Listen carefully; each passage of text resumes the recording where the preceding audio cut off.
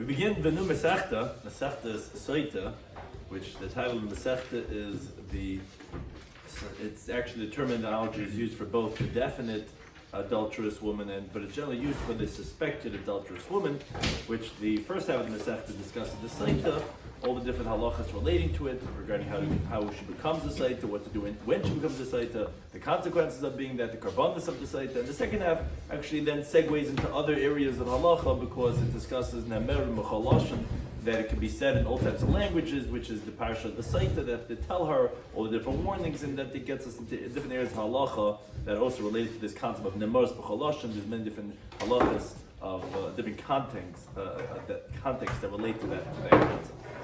So we begin the new Masechta with the first parak of Makane, which discusses regarding the halacha of kinui of the warning. Shiur corresponds to Makazik Cheskel turns from Daf during today's daf. So what we're discussing in today's daf are, like we said, the Sotah is a woman suspected of committing adultery, and there's two components of that, which is what would the opening word of this parak, this Mishnah, is kinui is the warning, Stira is the seclusion. So the husband first warns the wife, and then she secludes. And when it comes to the suspected adulterous woman, we don't have any proof that she actually was metame, that she had committed adultery, but there's what's called the process of the hamayim hamoreh, the bitter waters, which would confirm or disprove these suspicions. So there was a warning, she secluded. Now, hey, what happened, we don't know. That's when she drinks those, what's called the mei Sotah.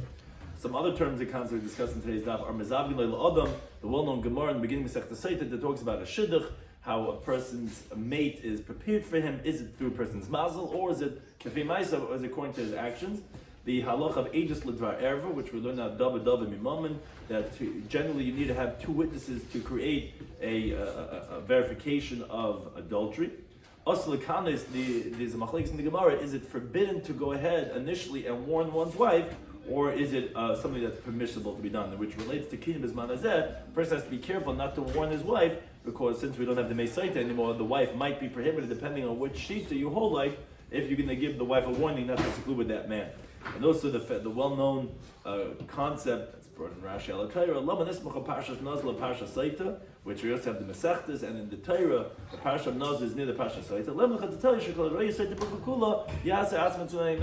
If you see the Sotah in our state of disgrace, you say, what brought about it? It's because people are imbibing intoxicating elements, and therefore it makes people do things that are inappropriate. And therefore, when you see such a destructive consequence, you should go ahead and curb your intake of some of these things. So begin the current daf, the first daf in Masechta Sotah, daf base. Says the Mishnah. As we said, there's 2/3 elements in the Sotah, and our Mishnah is going to discuss a machlekes regarding this element of kinui, of the warning, and of the stira, of the seclusion. And then there's another element of the tumah, which is when she's a Sotah vadai, when we know there's one witness, which we'll see in the Gemara. How do we know one witness is enough to create that verification that she actually did commit adultery? But our Mishnah discusses the first two. Hamakani le'ishtay. So this is the wording of the pasuk that it says in Bamidbar, hey b'kinei is ishtay. The Gemara later on the beginning of Gimel Amud Aleph, which is the last thing we'll learn today, it explains what is the terminology of kinui, but the kinui means the warning that the husband gives to his wife. So the Mishnah explains how does he give her the warning. So Rabbi Eliezer he says, if he's coming to give her to drink, which again, that is the halachic status of the suffix Sotah, which is, again, when we use the word Sotah, we're generally referring to the suffix Sotah. He gives it a drink, so the way you can give her to drink is if you have mekanul al pishnayim. He has to have said in front of two witnesses, in front of her, I don't want you to be secluded with that man. Now, if he doesn't warn her in front of two witnesses, then she does not become forbidden on him by secluding with another man, and if she did seclude, he will not be able to give her that liquid, that drink that's given in the Beis HaMikdash. So the warning has to be with two witnesses. Umashka, now regarding, even if there's no witnesses that saw her secluded, because the seclusion is what brings her to, oh, you're secluded, now you're going to have to take the drink. The drink is even a pi'ed echad, even if there's only one witness who saw her secluded with that man, or even if he himself says, I saw her with that man after I warned her in front of two witnesses, then she becomes forbidden to her husband through this seclusion until she actually drinks the drink. Now, later on Amud Beis, the Gemara is going to learn that from Psukim, that the stira and she's secluded with this man, it makes her forbidden on him, misafik. Now we're not sure what happened. He warned you, you're secluded. Okay, you can't be with him anymore. The only way you can be with him if you take the drink. Now we see that nothing happens to you, then fine, then we know you didn't do anything wrong. Up until then, you're also misafik. That is the opinion of Rebbe Lassa. Rabbi Shloimy, he disagrees. He says no. The first party agrees, Mekadol Pishnayim, that to give her a drink, meaning to warn her, that you have to warn her from the two witnesses. But he disagrees on the second half of the halacha. Rabbi Eliezer said that it's enough to go ahead and be mashkel al pi edecha al pi atzmai. On that, Rabbi Shua says no, mashka al pishnayim. That you also have to have two witnesses that she's secluded with that man. So he both have to have two witnesses. The warning, and he says, okay, sheifala, it's two witnesses over here. I don't want you secluded with that man. And then two witnesses have to come along and say, we saw on Tuesday at 3 o'clock, she went into that room with that man. Two witnesses have to say that. And only then does she become forbidden on the misafik, and then she would have to drink to declare her innocence. Okay, that's the machlekes. Says the Mishnah, Kitza Mekanala. Okay, so how does he actually go ahead and warn her? So it's actually not Omer, the gears, it's actually really Omar. If Omar lo b'fnei shnayim, if he said to her in front of two witnesses, Al tadabri mishploini, let's say he just said, I don't want you to speak with that man. She spoke with that man, or her co-worker says, that guy, I don't want you speaking to him. But she spoke to him not in a secluded area. Okay, Adayni Muteres Lebeisa, she's still permitted to her house, meaning she's allowed to be intimate with her husband.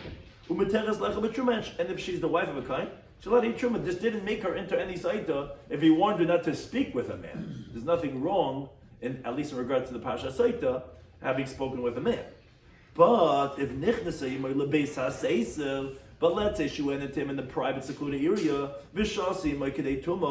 and she was there the amount of time that she could become defiled, which is the amount of time of hara, which is the genital contact, then asur l'beisa. If there's just the amount of time, however long that takes, and that doesn't take so long, then she's forbidden for her husband, misafik, as the Gemara is going to learn later on the Chav Chesem and Aleph, because it says 3 times the word v'nitma in the parasha of Saita. It says v'kinyas ishte v'nitma, and the Gertza should be v'hoise im nitma, and it says tachas isha v'nitma. So one is telling you that she's forbidden to her husband until she drinks the water. One is saying that she's forbidden to that other man if her husband dies or if he divorces her. And the third one says the Mishnah is v'asur lechem truma, that she's forbidden to eat truma again because of this halacha of the cycle. Now, v'meis, if the husband dies before he gets a chance to give her the drink, and she has no children, so generally she'd be there's the bond to the yavam. In that case, chayletzes, she would do chalitza from the brother-in-law to marry someone else. And she would not do yibum. And the Gemara Daf Yomi is going to learn out why and how we know this halacha to be that she's not going to do yibum and she's only going to do chalitza. Okay, that's the halacha of the Mishnah. Again, our Mishnayos generally start off with Teresh B'Ksav finished, which is we know there's such halacha, B'kin and Stira. The question is, how many edim is required and exactly how is it done? Now the Gemara asks a question. So when he warned her not to speak with that man, right? For the halachas of Sotah, there's nothing wrong with this. He didn't warn her not to. Right, and then if she not to seclude with the man. Yeah, that's exactly what they're saying. And then she's secluded. She's secluded. So is that a valid warning? Yeah. Right. So we're going to see in the Gemara. What does it mean midaberes? Is that a euphemism? Is that like, I don't want you to be speaking with that guy? Or does it mean literally speaking, and what's the actual one? But the Mishnah says that that means the talking. Not necessarily. The Mishnah says it doesn't necessarily mean. No, the Mishnah just says if she goes and she literally talks with him. So the Mishnah talks about literally. Yeah, but the question is, he wants to know if you warn not to talk and then she's secluded, is that a valid warning for the stira to be valid?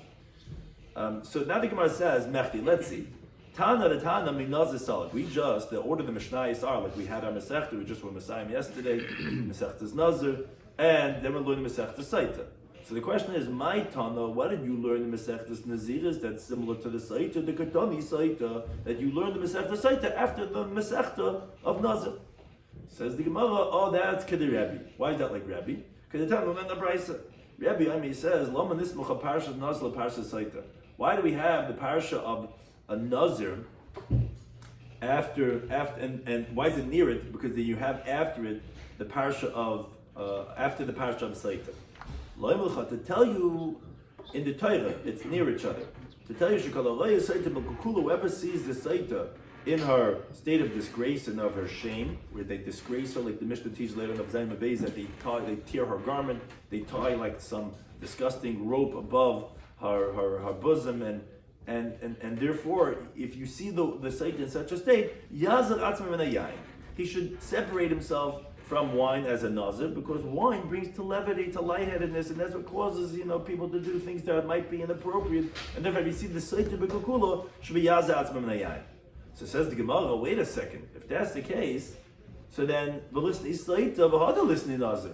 The order, it's out of order. Why say Masech this nazir, then Masech the Sotah? Say Masech the Sotah, you see the Sotah, and then you go ahead, and as Rashi adds on, because that's actually the smichas of the parshas. The way the parsha is actually Sotah then Nazir. So do Masechta Sotah, then do Masechta's Nazir. Why are you doing Nazir then Sotah? Says the Gemara, I did the Tanakh Ksubis. Let's go a little further back. We had done Masechta's Ksubis. And in Ksubis, we learned Betana Hamadir, which is a parak in Ksubis, which talks about if someone takes a neder on his wife, which is the application of the husband has rights on his wife with her nedar. Now, once we spoke about Ksubis, Masechtas, and also about regarding his liability, because if he's taking a neder against her, then she can't be married, he owes her the Ksuba. So, therefore, Tana Nedarim, after Ksubis, because you already mentioned Hamadir in Ksubis. But I did the Tana Nedarim. Now, once you mention Masechtas Nedarim, that he speaks about vows, Tana Nazir. We learn Masechtas Nazir after Nedarim. Why? Because the Damar with Nedarim. Because Naziris itself comes through a neder, it's a subcategory of Nedarim. Oh, and then B'Katani Sotah, we don't Sotah after it's Kidei because we want to have Sotah in the Nazir. You're right. If there was no other consideration, we'd done Sotah in the Nazir. But since we needed Nazir after Nedarim and Nedarim after Ksubas, so then we go ahead and we say Sotah after that of Masechtas Nazir. Continues the Gemara. We said in the Mishnah, the opening words in the Mishnah were Hamekani.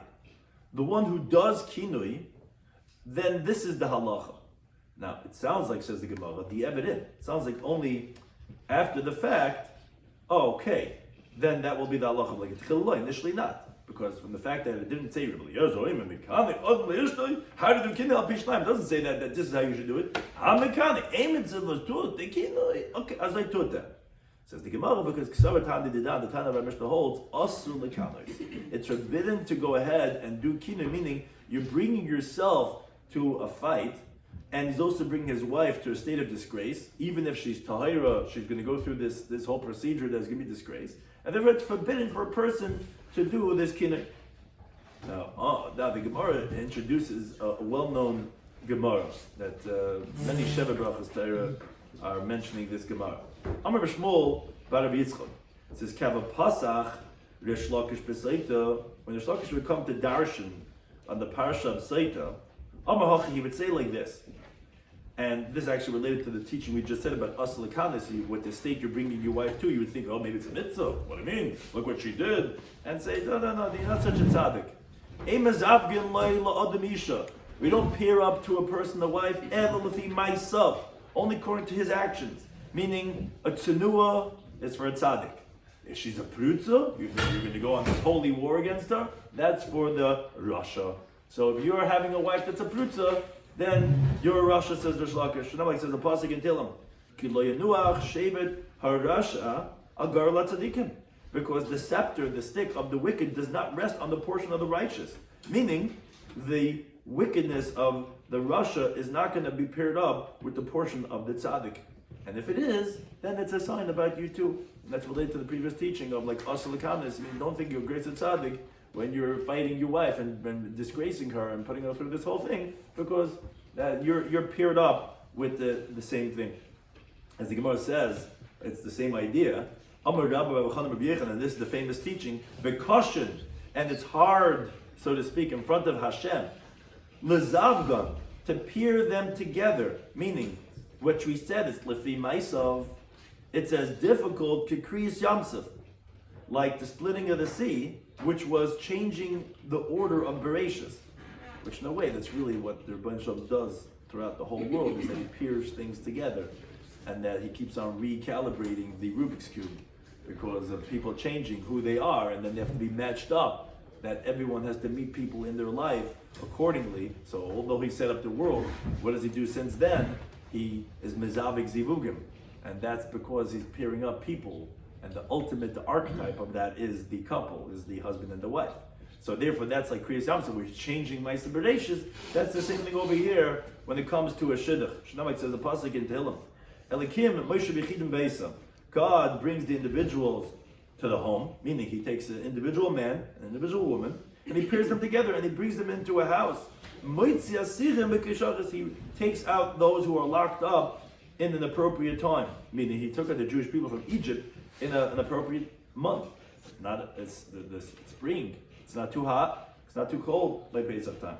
So, like Rashi says, you see that the pasuk is comparing the zivug of yichidim, the bringing the couple home, to Yitzis Mitzrayim, because that's the idea. It's as difficult as Kriyas Yamsuf, which is changing Ma'aser Bereshis, to bring together these two foreign, you could say this many ways. Obviously, there's been thousands of Sheva Brachas on this Gemara, but taking a husband and a wife, which are so different, Mom is changing Ma'aser Bereshis to bring them together.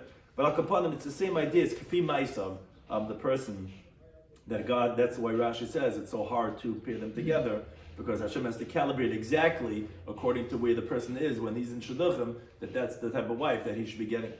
Doesn't that contradict if he's calibrating it now, that it was done before they were born? The Gemara's question. Flik the Gemara. Imi, is that so? Is the Shidduch, is the matching, is the pairing according to how wicked or how righteous is the person that they just gave $1,000 to the tzedakah so that they should get the shidduch of their dreams, and they're davening for them 40 days anywhere in the world. So right now they're at tzaddik or tzaddikis and they're going to get such a shidduch.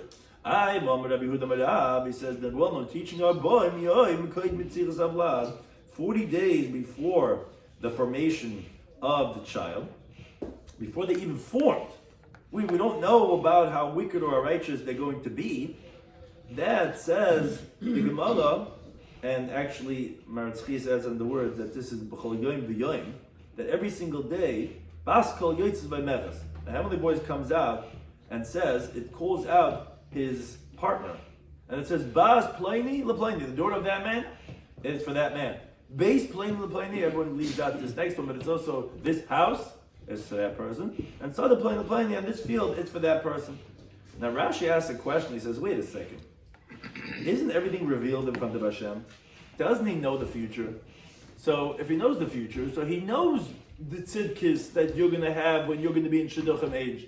He's going to know that you flipped out in Eretz Yisrael, your mamish went back and you frummed out and you deserve that wife. And so why is it so? Why can't it be that Mem Yom Kol Yitzir Savlad, Hashem called out already that this is going to be the shidduch? Says Rashi, as the Gemara famously says, Hakol b'dei Shemayim chutz miyir Shemayim.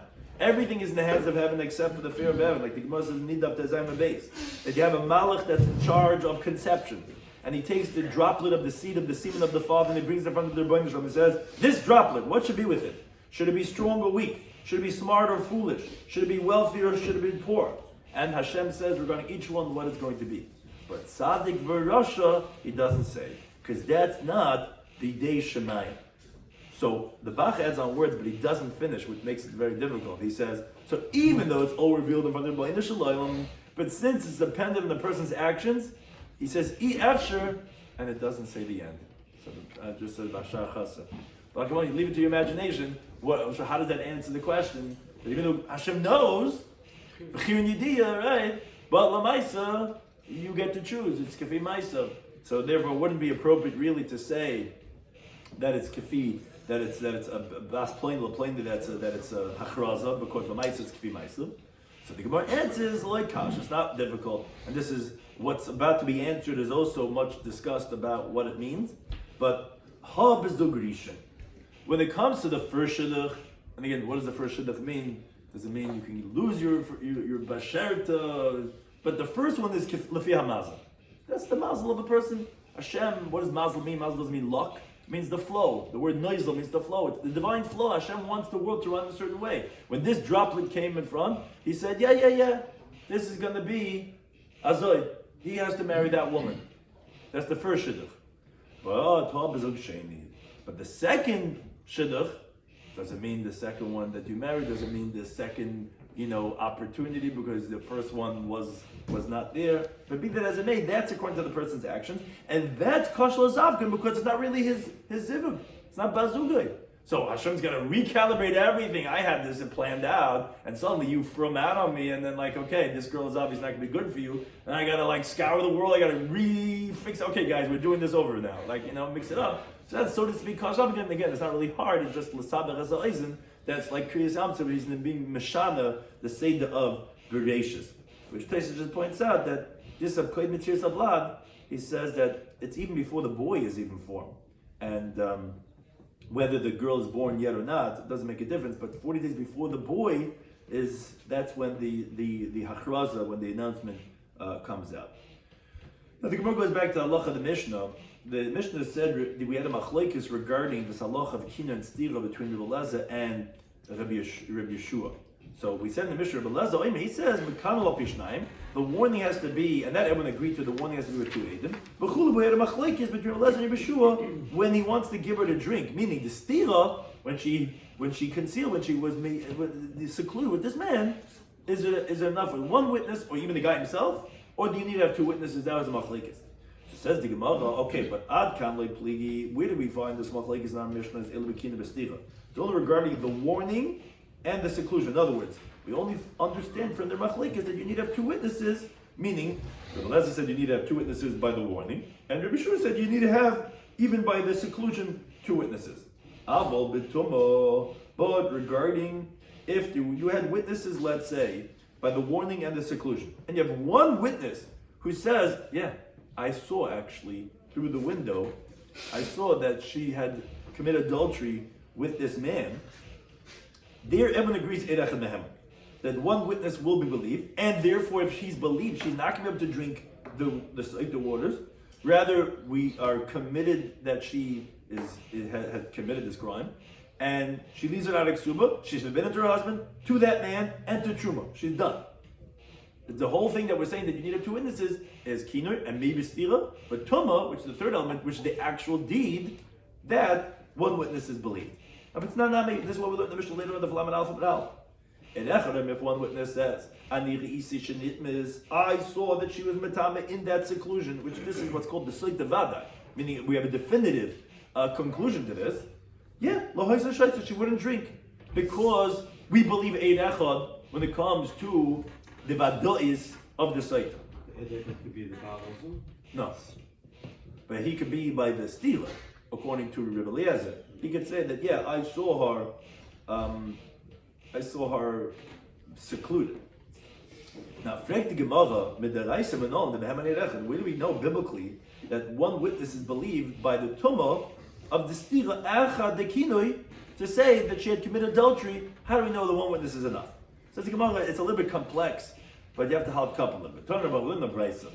The pasuk says in Bamidbar, because it's going to be, we have to translate the words over here. The pasuk there says in Bamidbar that if a man lays with a woman carnally, and she was hidden from the eyes of her husband, and she secluded, and she became defiled. That's what the pasuk says up until that point. And it says ve'ed einba. So if you're reading the pasuk up until these words, it sounds like, hey buddy, something actually happened over here. This is something wrong. And what do the words now say? It says ve'ed einba. And it says she was not forced. Now, what it sounds like is, says the Brisa, is b'shnayim hakasim medaba. The pasuk is talking about two witnesses, meaning the pasuk is coming to tell us that you didn't have two witnesses for this tumah. Again, tumah means that they committed this adulterous act. You only had one witness. And as Rashi explains the background, the pasuk is talking about tumah. It says, not that she secluded or was warned, that he actually lay with her currently, and she became tummy. So the pasuk is telling us, ve'ed einba, as we're going to explain in a second, although aid sounds like singular, it's actually plural. There's no two witnesses, but there's one witness. And the pasuk says, v'hila nitfas, and she wasn't forced. And therefore we obviously understand that the pasuk is trying to tell us that whoever's telling us this is believed. Because it's saying she wasn't forced. Obviously the pasuk is trying to say that she's going to be guilty and we're going to be stringent. And we're going to treat her like she did it deliberately. And also from the beginning of the pasuk, which is before that, we also understand that whoever's telling us this report is being believed because it says, she acted traitorous to her husband, a man laid with her, and there's no one testifying but this one person. Now, the Gemara later on, the Gimel and Alv is going to explain that this pasuk is actually taking place after the kina, after the warning. So although the pasuk subsequently mentions va'aval abruach kina, it only mentions the warning after this pasuk. But the Gemara is going to explain that although it says va'aval abruach kina, it actually means past tense, that he had already warned her. Okay, but being that as it may, says the Brisa that the pasuk is telling us that this woman, when it says ve'eid einba, that we're saying she's mi'aser because someone testified that she was metama, it means that there's no two witnesses, but there's one. Says the Brisa, maybe no, it even means that there's not even one witness. And the pasuk is saying that even if there's not one witness, she's going to be forbidden as a Sotah Daf, which more later on is going to ask, wait a second, how should we get forbidden? The pasuk is saying that she wasn't forced, she wasn't raped, she did it consensually. So obviously we're saying that it means to say that she was obviously metame, from the fact that we're trying to say if she did it willingly or she was coerced. But how are you going to say that she's usher if you don't have anyone to testify? How are you saying that possibly that's going to be usher even without any witnesses? But then the Gemara is going to address later on. But at this point the Bryce is saying, the pasuk's telling me that there's no two witnesses, but there's one, and that's why she'll be usher. Or maybe no, it's even talking about when there's not even one, and then still she'll be usher. No, Tamaleva, it's the pasuk teaching Devarim. We can learn that from a different pasuk elsewhere. The pasuk says, "Lo yokum eid echad be'ish," that you cannot have one person get up against the person, as the pasuk there continues, for any sin or for any chatas, for what he should be liable. It has to be al pi shnayim eid ma'al pi shleisha in yokum davi. You need to have 2 or 3 witnesses.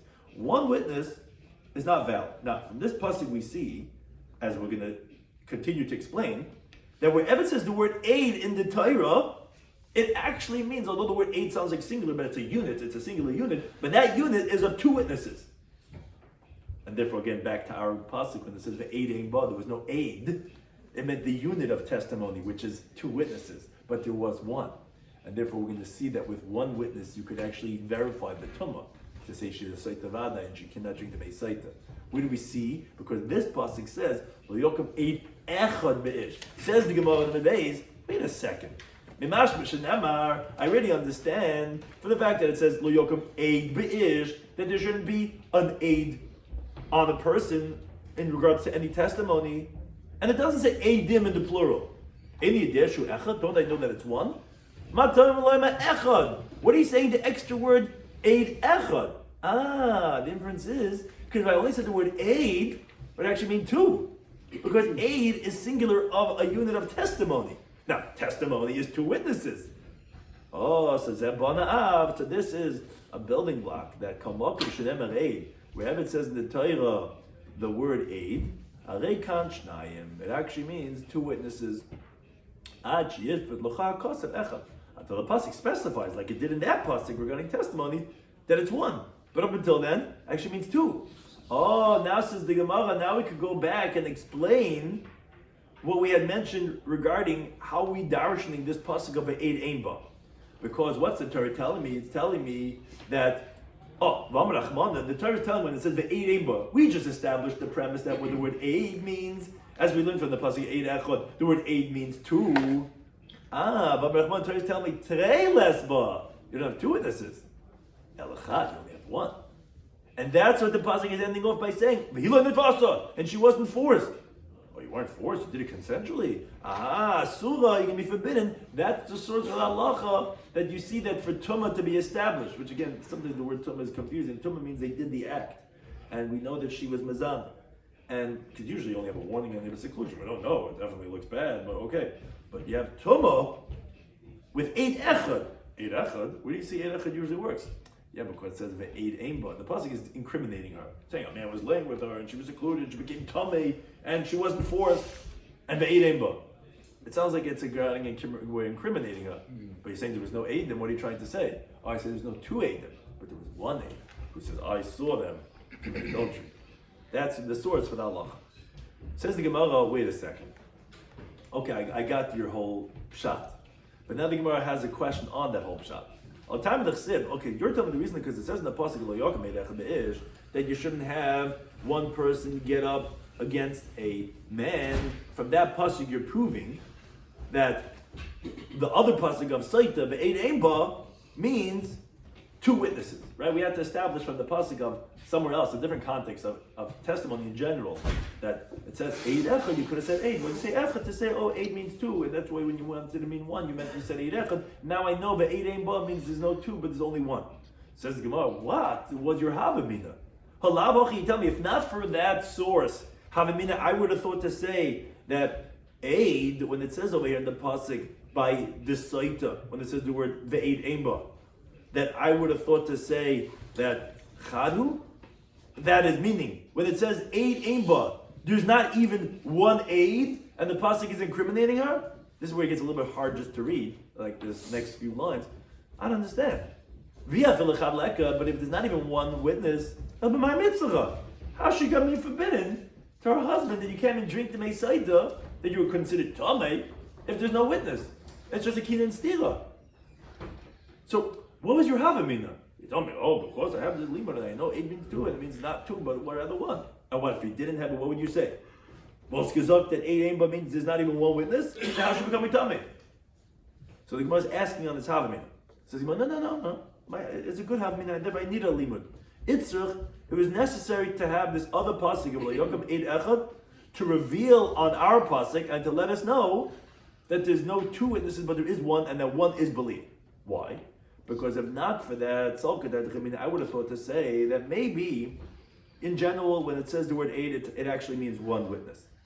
Now, by Sotah, I would not have said that she's going to be forbidden. And I would have said she's not even forbidden even with one eid. For sure, without eid. How's that possible? Isn't the pasuk saying the eid ain't ba that you tell me there's no one eid and therefore she's tummy? No. I would have dashed the pasuk like this. I would have read the pasuk, eid ain't ba. When the Torah is telling me that there's no eid, it's saying that the one eid that there is a neman ba. Is not believed regarding when it says the eid ein ba. What it means to say is that wait a second, we're not considering the eid. Again, very different translation. The eid, the one eid, ein ba. We don't believe him. You need two. That's how I would have read the pasuk. So that the Gemara says, wait a second, ein neman ba. That's how you want to read it. You want to say that the one eid is not going to be believed. So what do you tell me? So what's the pasuk tell me that you do need? You tell me the pasuk tell me ad ikatrei until you have two witnesses? What do I need a pasuk for that? List the krominei. Let the pasuk just be silent, and I would know you need to have two because the asya davar mimamen. You have gzeira shava. It says by the efes, by the adulterous woman. It says kimotza be'erves davar.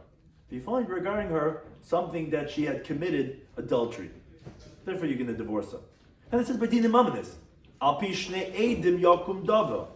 So by both of them it says the word davar, and by eidis it says two. By the noefes it also says davar. Okay, I would know. Just like Old Testimony requires two witnesses, I would know that the Sotah needs two. You give me a shtickle Torah, you would read the pasuk ve'eid ein ba that one witness doesn't work over here. Again, because you need two. I need you to tell me that. Of course two. Because don't say anything. I would know. David Mimaman. So how are you saying me this whole shtickle Torah that was your havamina, that that's what you needed to learn out from Yokem Eid Echad to tell me that it really means two? And if not, you would have thought it means one. How could you think it means one? What does that mean? It can't mean one and that you don't have one and then it shouldn't be usher because you're not usher with nothing. No, you tell me no. Not having one means to say no. If you have one, it's aimba, it's nothing. You need two. I don't need you to tell me that either. Says Imam no Itzrich. It was necessary to have this, again, back to this pasuk of Yakum, to be megala to our word of aid, to tell me that it means two.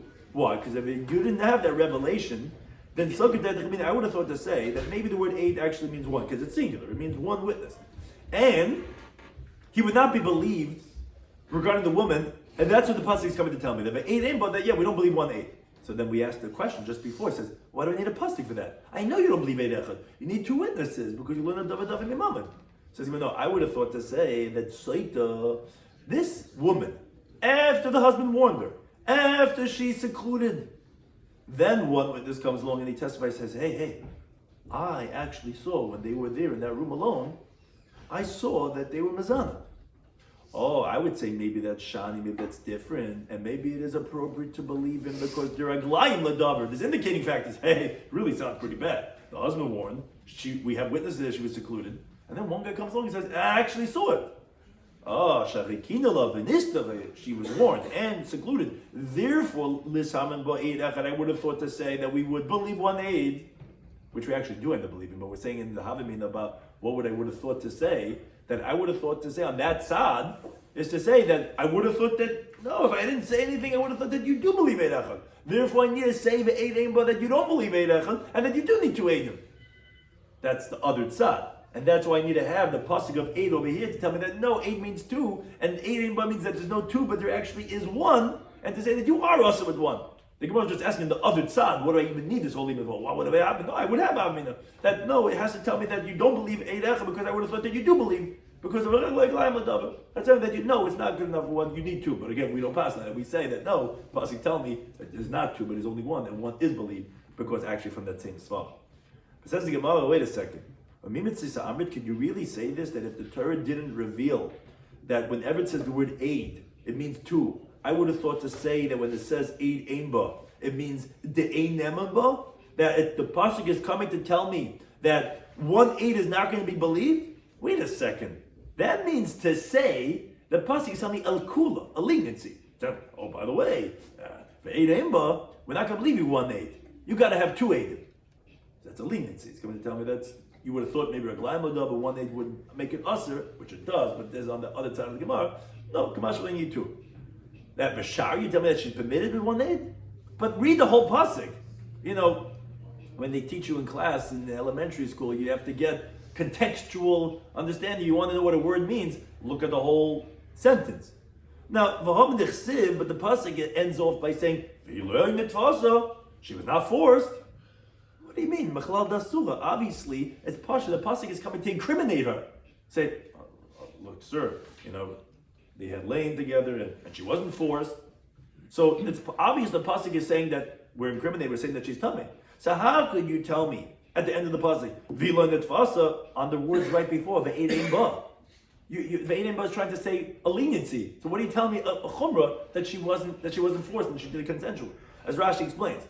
Although the beginning of the pasuk you could explain to say that through 2 witnesses we had that a man laid with her with witnesses, and that we're saying that Eid Echad is not going to be believed. But the end of the pasuk, how is that going to go on Ein Neman Ba that we're saying that he's not believed? So you're telling me that you're not presuming her to be a nivala. You're saying that 1 witness, we don't believe you. But then how you translate in the end of the pasuk? Says the Gemara, no, it was still necessary. The Gemara is going to have one more last spin on how to read it. So you would have thought to say that, yes, Ein Neman Ba, the pasuk is saying the Eid Ein Ba, that 1 witness is not believed. And the inference is what the pasuk is telling me, until there's 2. So there's like a real semicolon over here. The Eid Ein Ba, semicolon. We don't believe 1 Eid. Now even when there's 2, which is the inference in the pasuk, and you have 2, this woman, is only going to be aser if delay netfasa, if she wasn't forced. So it's like semicolon, 8 in, but you don't believe 1, you need 2. And by the way, v'hila netfasa, and that she wasn't forced. But if she was forced, even then with 2 witnesses she would be permitted. So v'hila netfasa is not going over 8. It makes sense because you're saying we don't believe 1 aid, you need 2, and also it has to be that she wasn't forced. Because if she was forced, and even by 2 witnesses, she would be mutter. So therefore, that's how I would have read it. Kamash Malan. That's why we needed to have the limit from the other pasuk to tell me that no, the word aid means 2. It's only when you say aid echad that it means 1. So when our pasuk tells you the aid ein ba, it's actually that there's no 2 witnesses, but there is 1. And when there's 1, if she wasn't forced, then she will be asr. That's the limit of the halacha when you want to make a Sotah vadai, not like most of our masech that we're discussing the Sotah suffix. When you want to make a Sotah vadai to say you are asr to the husband, you're asr to that man, you're asr for truma, you cannot drink the Sotah, you're done deal. If you even have 1 witness, it's from this pasuk of the Eid Ein Ba. Now, continuing with the halacha of the Mishnah, we had Rabbi Shloimy. He says mekanula pishnayim b'chulu. He held that the warning, like Rabbi Lazar, is going to be with 2 witnesses, but b'chulu, etc., he disagrees with Rabbi Lazar regarding the stira. Regarding their seclusion, he holds it also has to be 2 witnesses, and it's not enough with the husband himself for 1/8. So the Gemara says, "My time, what's the reason of Rabbi Yeshua?" So Amakra, because the pasuk says in Bamidbar. The pasuk there is talking about that we just quoted. A man lays with her, shechvazera, and she's hidden from her husband's eyes, and she secludes, and she becomes tummy. And it says that the aid ain ba. Now, as Rashi explains, that pasuk of aid ain ba is going on the tumah, because that's what we're talking about. Again, when we say tumah, it's a very nice way of saying that she was mezana. Because it says the nitma, those are the words right before, and it says the aid ain ba, which we just mentioned previously in the Gemara. That what does it mean? The aid ain ba. 8 doesn't mean 1. It means a unit of testimony, which is 2. There's no 2 witnesses, only 1. But with 1 witness, you'll become forbidden for the tumah. Oh, that teaches me, when do I believe 1 witness is only by the tumah, for the actual act that it was committed. But not for the warning. Is telling me, not for the seclusion. You tell me, is an exclusionary terminology. The 8 ain't ba. Here is where we're going to say that aid ain, that 2 witnesses you don't have, but you have 1 witness, is where you're going to have believe for the laws of tumah. But for the other halachas of kina and stira, no, then 2 is not going. Then the 1's not going to work. You're going to have to have 2 witnesses. That's like a bishua holds. But that's why he says, you're right, it's a good drasha, but it's only halfway. Ba b'le b'kina. You only say ba, but not for the warning. But however, for stira, 1 witness would suffice. Says why? Why are you saying halfway? Why did you say that ba is saying only by tumah, but not for the kina and for the stira? Says no, stira is kishla tumah, because the concealment, when they seclude themselves, the pasuk compares it to the tumah, which tumah we just said is enough as 1/8. Because the chesed says in the pasuk v'nistara v'nitma, says she secludes herself and she becomes tummy. So therefore, I'm going to give stira the same halacha as tumah that's enough as 1/8. Says, I don't understand. Read the pasuk. It says the pasuk after that says v'kinas ishta. He warns his wife. V'nitma, she becomes tummy. So pasuk equates it to kina also. Why kina then should require 2? Says but we have a meat of ba. So it says okay, marisa. So what are you seeing fit? Why are you picking and choosing? How are you picking to say that you're excluding kina but not stira? Says mistabla. There's logic over here. Stira adifa. It's more logical to be stringent by the stira, that it's going to be enough to make her usher for the site to suffer with stira with 1 aid, because she can esapta. What makes her forbidden on the bala and the boil misafik until she drinks the meisaita is when she's secluded, which is kituma, like the halacha of definite tuma, which is what makes her definitively usher on her husband. As the Gemara darshans later on, the pasuk is telling you that on safik she's forbidden. In the Gemara later on of Chav Chesam and Alf, which is similar to Tumah, therefore it's going to be enough with 1/8. Says Gemara, to the contrary, I can tell you Sval Pum forget. Kino Adif. I'll tell you that the kinoi is better to be stringent with 1/8. Shigen Ikagorama. That's the primary cause, because it's only through the warning that the stira makes her forbidden. You could seclude from today to tomorrow. If there was no warning, you're not going to have this halacha being master. So maybe be machmer on the kina, not on the stira. Says the Gemara, no, he loves stira, if not for being secluded. Kina me'ika, is there any validity to the warning? It doesn't have anything. Says the Gemara, okay, I can tell you something about it. We love kina, if not for the warning. Stira ma'ahani, what does this being secluded help? So the Gemara says, no, stira difa. Still, the seclusion is stronger, it's better to be machmer for 1/8, because the aschat of the tumah is the beginning of, if they're committing an act, first thing you got to do is you got to find a private spot. So it's really the beginning of the tumah, and therefore, if you, with tumah, it's going to be with 1/8. It makes sense the stira is going to be the one with 1/8, and not that of kina. So the Gemara just points out that Masin, our Mishnah, is the Lekei Tana is not like the following Tana, which taught according to Rabbi Eliezer that we said in the Mishnah that a warning has to be with 2, and seclusion could even be by himself. We're going to bring a brisa that says the exact opposite. The Tana like learned a brisa. Basically, his version of Eliezer is the exact opposite. He says, if someone warns his wife, he says for the warning is you can warn even with 1 witness or with yourself, which is what the first version had for stira, this version having a kinoi. But the drinking has to be with 2, so the exact opposite. So the brisa continues and says, the sages responded to Rabbi Yehuda's version of Rabbi Eliezer, and they said, wait a second. According to you, ein ladavar, this halacha of Rabbi Eliezer has no saif, has no end, which the Gemara is going to shortly explain. What does that mean? But first the Gemara says, my time to Rabbi Yehuda, what is the reason of Rabbi Yehuda? Because Amakra Ba, the pasuk says Ba, which tells you Ba b'le b'sticha. When do I tell you the halach is going to be of 8 ein Ba, that you don't have 2 witnesses, you only have 1 witness, that 1 witness is going to be enough? is only for the tumah, but not for the stira. Says Gemara, wait a second. Maybe say that we're excluding his kinoi. That kinoi needs two and not stira. Says Gemara, no. Kinoi is kishla tumah. The pasuk appears kinoi to the tumah. The like says the kinoi is to be nitma. Says Gemara, okay, what stira nami is kish? This is the inverse of the first discussion of the first version. Stira nami is kish tumah. Being secluded also compared to tumah. So it says the pasuk v'nistira be nitma, that she's secluded and she becomes tamei. Says Gemara, no. That pasuk of stira and tumah is not coming to compare stira and tumah. That's coming to tell me how the kama shir stira. How long is the measurement of time to qualify for halacha being secluded? It's kedei tumah who the us is coming to tell me the amount of time it takes for them to commit the act. That's how long they have to be secluded to be included in the isser of suffix sotah. Now, it said in the Brayso, but the Yeshiva Chacham of Rabbi Yehuda, that the sages responded to the words of Rabbi Yehuda, and they said, "Ein ladav asayf." According to your version, there's no end. Says the Gemara, "My niu." What do they mean when they say "Ein ladav asayf"? Says the Gemara, because what's going to happen is the zimnin, the loikani. At times, it's going to happen that the husband really never warned his wife. But what's going to happen is when he's going to get angry at her, v'amar kanoi, he's going to say, "Wait a second, I warned you from that man." Now, you're telling me, based on your version, that the warning could be based on himself. He's going to be witnesses that she's secluded with a person because since he never warned her, she was not careful with that man because he never really warned her. But he's going to be witnesses to say, I've two witnesses that you secluded with that man, and I warned you. We don't know, but you're telling me he believed on piatzmai. And you're going to run into that problem, so that Ein Ladav said, because any husband's going to want to cause his wife to go through the whole site of procedure, he'll make up after and says, yeah, I warned you. So says the Gemara, wait a second. You're only asking on the version of the Brayso of Rabbi Eliezer? But our Mishnah's version, you tell me, yesh ladav asayf, that there is an end according to the opinion of Rabbi Eliezer? Wait a minute, you run into the same problem in our Mishnah's version. Because at times it's going to happen is that the person, she never really secluded.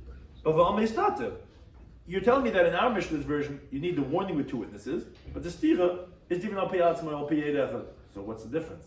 He'll warn her in front of two witnesses, and she never secluded that man, but he's going to want to put her through the whole thing and say, yeah, and I saw they secluded. So it's also Ein Ladav asayf. He's also going to be able to do whatever he wants to. Says the Gemara, so Amar Yitzchak by Yosef Amar Yechon. He says, you're right. The way you have to read this statement that we just said in the Gemara is that Af l'divrei Rabbi Yosef Rabbi Yehuda Ein Ladav asayf. Meaning the Chacham are telling to him, we have a difficult Rabbi Eliezer, but also this version of Rabbi Eliezer is also difficult. Says the Gemara, what the wording you're amending is also difficult. You say also according to Rabbi Yehuda, and you say, and I don't have to tell you that for sure his version in our Mishnah is also difficult. I'm talking to the contrary. It's not also like as if our Mishnah is definitely worse. The Mishnah is saying ikka. In our Mishnah, you have the primary already there. You already started with witnesses that you warned her. You weren't angry. It wasn't a fit of anger and you made up something. You had told them from the two witnesses, don't seclude with this man. So, okay, even though, like Maisa, you might make up that you saw the stira, but at least there's something to rely on, that there's some smoke over here. But Hasam Leke Ikke, there, in the version of the Brayso, since he never warned her in front of witnesses, and you don't need the warning in front of witnesses, when he gets angry, it's very easy for him to say, oh, I warned her. And he'll find many people to say that she's secluded because she was never careful about it because he had never warned her. So, that's worse than our Mishnah. So I say Af. Af sounds like, well, our Mishnah is for sure terrible. How do we understand Rabbi Eliezer? But even the Brayso version, what do you mean even? And our Mishnah is worse? Our Mishnah should be better. Our Mishnah is more understandable. If we're going to say like this. So according to the words of Rabbi Yehuda, and after the Mishnah saying them, not the other way around, meaning not also the Brayso. To the contrary, and also our Mishnah, meaning our Mishnah is not as bad, but it's also because he could just make up that he saw her secluded. Now, therefore, the Gemara does say something very important. It says,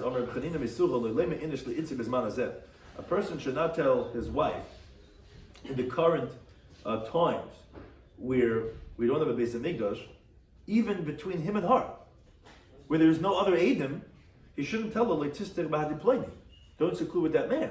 Why? If he tells her, I don't want you hanging out with that man, maybe passing like Rabbi Yehuda. That it says kinal piatzmoi. The warning is valid even if it's by himself. Now, the problem is she's going to seclude herself with that man, and she'll be forbidden to him. Because as long as you have two witnesses, They say, yeah, we saw her, by the way, she was with that man. But like now we don't have any more. They say the orders to inspect her. He's been forbidden to his wife forever. If a man should not tell his wife, don't cool with this man because then he's going to be stuck. Now, Amar Shlakish, the Gemara just clarifies Malash and Kinoi. We keep on saying this terminology of Hamakane, of doing Kinoi. What is this terminology? How do you translate this? So, there's two different interpretations. First one is it's something that inflicts Kina between her and others, meaning it causes anger. Like Rashi being some psukim, like you see the word Kina doesn't only mean jealousy, it also means like anger. Why does it cause anger between her and others? So it says Gemara Div. Obviously, Rish Lakish holds that he holds Kina al pi atzmai. That he holds like the man the Amma that you could do Kina by yourself. And there's no witnesses. No one else knows that he warned his wife not to hang out with these men. The Amri people are going to say, wait a second, what's going on with this woman? You know, we're having these meetings and whatever, and suddenly she's staying away from all the men. So they're going to get in fights with her. Because what's going on with Shirley? Why is she not coming anymore out to take a drink, and she's staying away? So that's why Kina is lost of kas, because people are going to get upset at her now. Because they don't know that the husband warned her, because Rish Lakish holds like the Mandama, Kina could even be al pi atzmai. Now, another interpretation, Rabbi Shloimy Schwartzberg says a different interpretation. Not from the word of kas, but it's davar matl kina beinoi lebeina. It's something that causes, also could be anger, but it causes the anger between him and her, not between her and other people. Because so obviously we see that he holds kina pishnei maiden. He passes like the man the Amar that the warning has to be with two witnesses. Now it's so different. Everybody knows that he warned her because the witnesses tell everybody. So no one hates her for staying away from the men. But the problem is what happens is that she's going to provoke him while you're suspecting me. So it's going to cause the hatred, the anger, or whatever it is, between the husband and the wife. That's the lashon of kinoi. It's the lashon of kas between the couple, not between other people. But one thing is, there's a continuing type of Gimel and Aleph, that since you're telling me that the wording is it's inflicting kina, again, whether it be some type of anger between the couple or between others, obviously we see that both of them actually hold that the asl kanas, that you're not allowed to give the warning, meaning don't think you're such a noble person. This is something that's causing bad in the world. It says the Gemara Manda Motzalikanas, according to the one that says you're allowed to go ahead and give the warning to the wife, and it's actually considered a righteous thing. So Malash and Kina. Kina sounds like you're doing a bad thing, as if like you're causing anger in the world. He says in Kina Elosh Nascha. He's not going to translate Kina as a anger, as a hatred. He's a terminology of a warning. Like I have a pasuk in Yoel, the Ikane Hashem la'artz, which Rashi explains that he's talking about over there some type of a locust that it shouldn't destroy any more the land, which that's what it's talking about when it says Hashem was Mekani, he warned li'artz. So it doesn't mean to the land, it means regarding the land. Like you have psukim that say with li, but it means regarding. So you see that it's a warning on the locust that they shouldn't destroy the land. So you see the word yikane could also mean warning, and according to that mandama that you're allowed to would mean a warning, not that of anger, because it's actually permitted to do the anytime. Those things.